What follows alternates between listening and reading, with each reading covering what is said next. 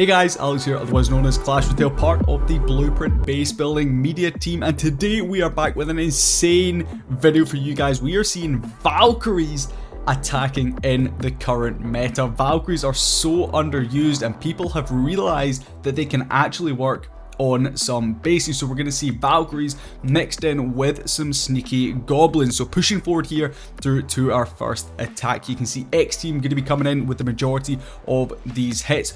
Now all of these, well, let's say most of these, we are going to see these sneaky goblins coming through for the town hall. Now for you guys who have not used sneaky goblins for the town hall before, you want to do exactly what XBB is doing here, and that is popping in a couple of test sneaky goblins. That is to make sure there is no bombs, no giant bombs, no spring traps, anything that can possibly stop your sneaky goblins from grabbing that town hall. You're then going to go ahead, deploy 6 or more if you have them.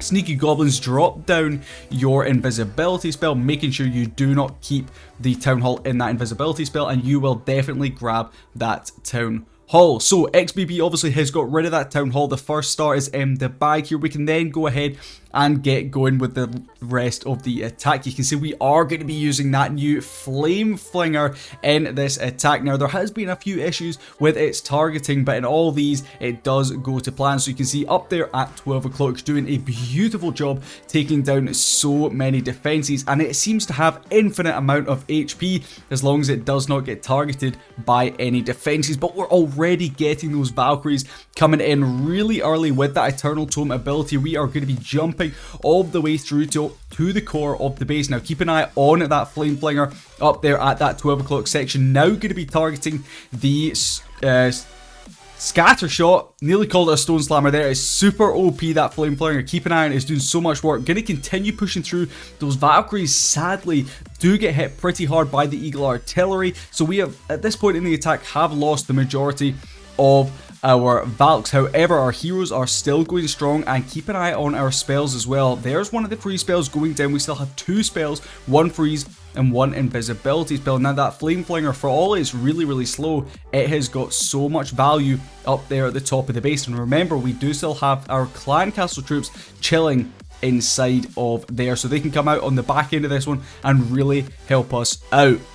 World Champion going to be doing some work popping off her ability down here at that 3 o'clock section. This is going to be relatively tight. It is not a completely dominant hit. We are going to get even more Valkyries, and a cheeky little hog rider going to be coming out of our CC there. That was of course the flame flinger siege, and this one is going to finish up a triple. So not completely crushed, but those Valkyries are able to tear through the core of this base and get some really nice value, bringing in that first triple of this video. So moving forward here, you can see slight different variation here. We're going to be bringing some healers through on this one, but again going for that same town hall takedown. We're going to first of all make sure there's no storages, no collectors, nothing that can possibly pull our sneaky goblins away from where we want them to go. Now XBB again very smartly here, making sure he tests the water for any of those bombs before then going in with the remainder of his sneaky goblins. Flame flinger again going to be coming in here. That's going to be coming in this time. Rather than 12 o'clock, we are going to be seeing it come in from the 9 o'clock section. There's the invisibility spell, perfectly placed. You can see, making sure it's not down on that town hall, slightly off the town hall, just to make sure those sneaky goblins are fully protected. But the first star is secured, and that flame flinger already getting some value. This time we're going to be kicking off proceedings with that grand warden walk down here at 6 o'clock. It is going to get in there, take down the multi-target inferno, which as we know can actually do some serious damage to those Valkyries. Now there is a double scatter shot pretty close together here, so we need to be careful. A couple of shots from them and unfortunately we will lose the majority of our Valkyries. But let's keep an eye on what XBB does here. He's just going to let that flame flinger over there on that left hand side of the base. It's just going to do as much work as possible. Now the good thing about the flame flinger, it opens up walls, so that's going to allow our queen to push on through here. XBB very smartly decides to drop down that free spell. That's going to make sure the queen can push through the single and continue on to the rest of the base. Now we have our Valkyries coming in. We're about to drop that Eternal Tome. There it is, going down right there. Of course, like I said, the double scatter shot over here towards the right hand side of the core can be lethal, so we have to make sure we try and protect these Valkyries at all costs. But unfortunately, they do actually push away from those scatter shots, so they push up towards this 12 o'clock compartment with our king, with our warden, with our queen.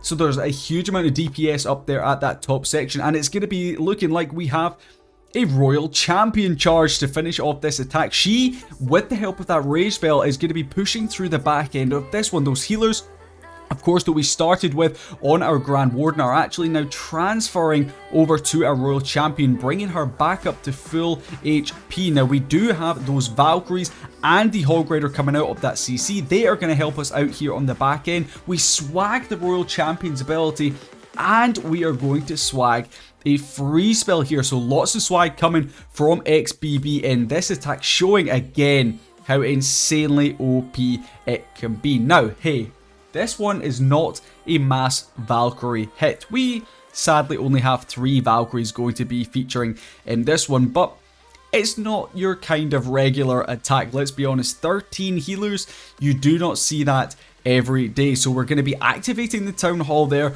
with an Earthquake spell. I'm not really too sure why he did it so early. I maybe would have held up on that a little bit, but of course we want to make sure that Town Hall is active so the Flame Flinger does target it as a defensive building. Otherwise it's just going to skip right past it. Now we're going to be queen charging up here at that 12 o'clock section to kick off proceedings.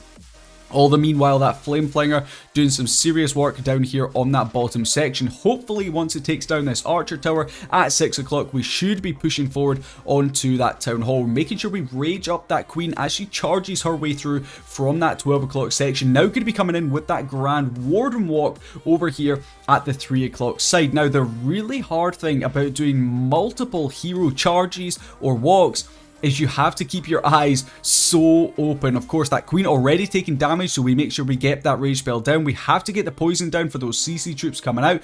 All the meanwhile, we have to keep an eye on our Grand Warden. We don't want him taking too much damage. The Flame Flinger still working away on that Town Hall. Of course, we do have a builder actually bringing it back up, so it's going to take that Flame Flinger quite a while to make sure that Town Hall does go down. We have a bowler on its own coming through from about that 2 o'clock section, just getting a nice little bit of bounce value there, trying to get as much work done as possible on its own.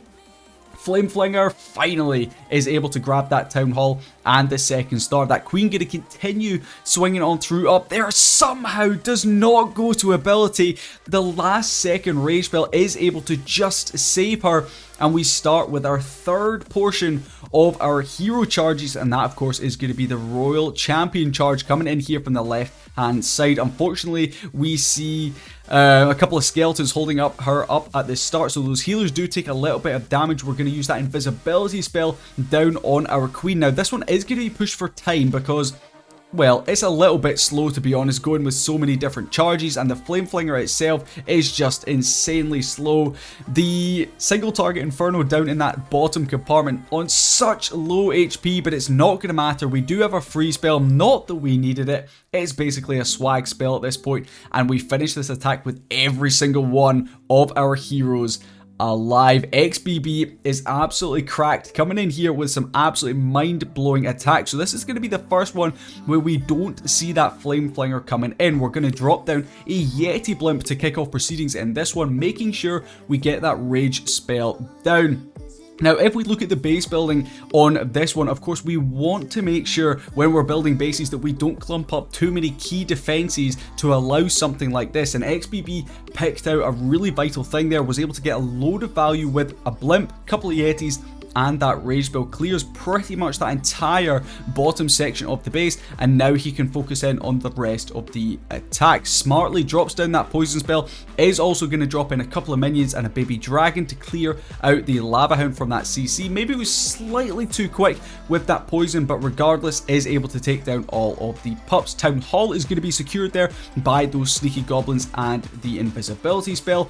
And now we can focus in on the rest of our attack. Now remember, that bottom section of the base, most of the buildings have been clear, so that should really help with our funnel here, pushing our Valkyries, all 16 of them, through into the core of this base. We probably need to think about funneling here on the left hand side, but we're going to be pushing a Golem, our King, our Queen, the Grand Warden, and not quite 16 Valkyries. We're going to be seeing 14 Valkyries coming on through. That jump spell is going to give us some nice value through here into the double multi-target Inferno. We see a heal spell and the Eternal Tome and a rage spell, throwing every single spell we pretty much have in this attack through into the core of the base. Of course, we want to protect those Valkyries as much as we possibly can. The scatter shot up there at that top section just doing a crazy amount of damage, so we do need to make sure we get that free spell down. We drop it, but look at the damage those defenses are doing. We had so many Valkyries up at that 12 o'clock side, but they get eaten alive by those defenses without the help of the Eternal Tome or heal spells. Those Valkyries are very, very squishy, but XBB, honestly, I think without those Valkyries, he would still be sitting really, really comfortable in these attacks. His only enemy is, of course, the clock. The time seems to be the only thing battling against him here, so he makes sure he drops those hero abilities nice and early. Going to smash through the back end of this one again with every single hero left up, looking so strong here, showing the Valkyries. Make sure you subscribe, like the video too, and we'll catch you in the next one. Peace.